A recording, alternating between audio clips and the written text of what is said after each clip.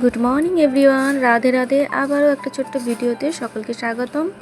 আর এখন কিন্তু ঘড়ির কাঁটায় বেজে গেছে কিন্তু সকাল 8টা। তো এখন থেকে ভিডিওটা শুরু করলাম আমি পিউ। রোজকারের মতো কিন্তু আজকে সব বাসি কাজ সারা হয়ে গিয়ে কিন্তু দেখো এদিকে রান্নাটাও কিন্তু বসিয়ে নিয়েছি, কারণ বেলা হয়ে যাচ্ছে। আর আজকে একটা স্পেশাল ডে কিন্তু স্পেশাল ডেটা কি সেটা ভিডিওর মাধ্যমে সেটা তোমাদের সকলকে বলবো।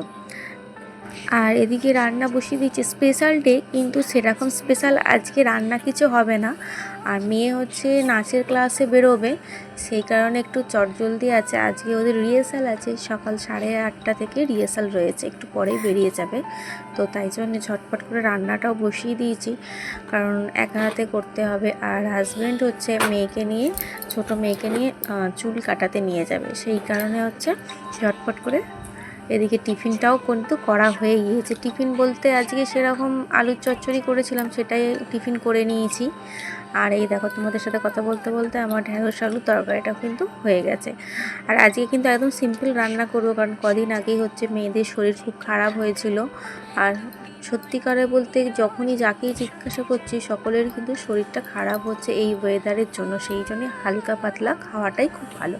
আর এই যে ঝিঙে দিয়ে মসুর ডাল করেছি, এটাকে সাঁতলাবো। আর হচ্ছে মাছ হবে, আর আজকে সেরকম কিছু করব না। আর হচ্ছে কুলপি শাক একটু সেদ্ধ করব, ঠিক আছে, সেটা আলু দিয়ে একটু মাখা হবে। আর জলটা হাজব্যান্ডকে দেবো খেতে। আর রান্না করতে করতে তোমাদের স্পেশাল ডেটা তো বলি, না হলে হয়তো ভাববে যে স্পেশাল ডেটা কি, সেটাই বললো না। স্পেশাল ডেটা হলো আজকে আমাদের অ্যানিভার্সারি। আজকে হচ্ছে 13 ইয়ার অ্যানিভার্সারি আমাদের আজকে। সেরকমভাবে হয়তো পালন করা হয় না ব্যস্ততার মাঝে। তো যাই হোক, দেখা যাক কী হয়, যদি আগামী দিন পালন করা হয়। কিন্তু আজকে তো আরও হবে না মনে হয়, কারণ আজকে প্রচুর ব্যস্ততার মধ্যে রয়েছি। আর ওবেলা হচ্ছে রাত্রিরের ডিনারেতে এই যে মাছ করাই হবে বলে এটা ভালো করে ধুয়ে প্রেশার কুকারেতেই রেখে দেবো। এটাতেই বিকালবেলা বসিয়ে দেবো। আর ওইদিকে কিন্তু দুপুরে খাওয়া দাওয়া সব কিছু কিন্তু কমপ্লিট হয়ে গেছে, বুঝেছো। আর এখন একদম চলে যাব কিন্তু এই যে এটা ভিজিয়ে দিয়ে একদম এখন শোবো দুপুরবেলা, তারপরে সন্ধ্যের দিকে তোমাদের সামনে আবার ভিডিওতে আসবো। একেবারেই দেখেছো আমি নুন দিয়েই কিন্তু প্রেসার কুকারে চাপা দিয়ে রেখে দেবো, একদম উঠে সন্ধ্যে দিয়ে তারপরে রান্নার দিকে চলে যাব। এখন মেয়েকে একটু ঘুম পাড়িয়ে নিই, তারপরে আবার সন্ধ্যের দিকে আসছি।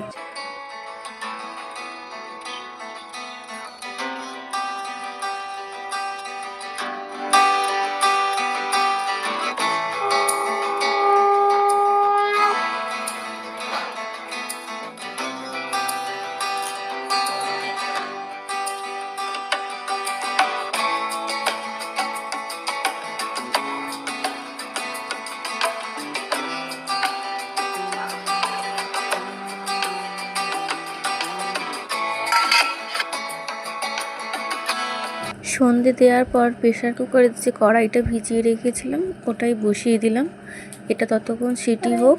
আর এদিকে হচ্ছে আটাটা আমি মাখাতে চলে এলাম। আর মেয়েদের শরীর খারাপের জন্য কদিনই ভাত হচ্ছিল রাতে। আর আজকে ভাবলাম যে একটুখানি 5 কড়াই একটু ভেজাই, তাহলে আজকে একটু রুটি করব। কারণ রুটি দিয়ে 5 কড়াই খেতে বেশ 5 মেশালি যেটা কড়াই বলে, র্যাজমা থাকে, অনেক রকম মেশালি থাকে, এটাই আমার হাজব্যান্ডের খুব ভালো লাগে। ও এটাই কিন্তু মুদিখানায় গেলে এই কড়াইটাও নিয়ে আসে। আর দেখো এতে সিটি কিন্তু উঠেই গেছে। আর দেখো অলমোস্ট কিন্তু সেদ্ধও এদিকে হয়ে গেছে, ওদিকে কিন্তু আটাটাও আমার মাখা কমপ্লিট। এদিকে হতে হতে একটা কাজ করতে করতে আর একটা কাজ কিন্তু হয়েই যায়। আর তারপরে এই যে রাজমাটার জন্য হচ্ছে সব কিছু মশলাটা করে নিয়ে তারপরে হচ্ছে লাস্টে রুটিটা করব। তো চলো তোমরা ভিডিওটা দেখো, কেউ স্কিপ করো না, কেমন।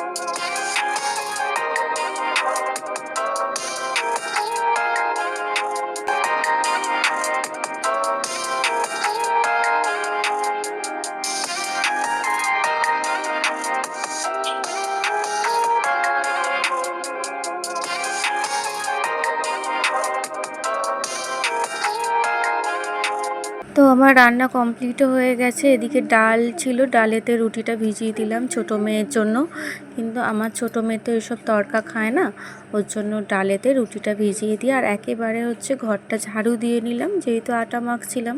তারপরে এই যে কিছু বাসন ছিল রান্না, সেগুলোই টুকিটাকি মেজে ধুয়ে রেখে দিলাম, কারণ না হলে সকালবেলা অনেকটাই বাসন হয়ে যায়, সেই জন্য রান্নার বাসনটা মেজে রেখে দিই। আর আজকের এই ছোট্ট ভিডিওটা তোমাদের কেমন লাগলো অবশ্যই একটু কমেন্ট করে জানিও। এই ভিডিওর কোথাও যদি একটু ভালো লেগে থাকে তাহলে লাইক কমেন্ট করতে ভুলো না। তাহলে আজকের মতো আসি, আবার অন্য দিন অন্য ভিডিও নিয়ে তোমাদের সকলের সাথে দেখা হবে। সকলকে তাহলে টাটা।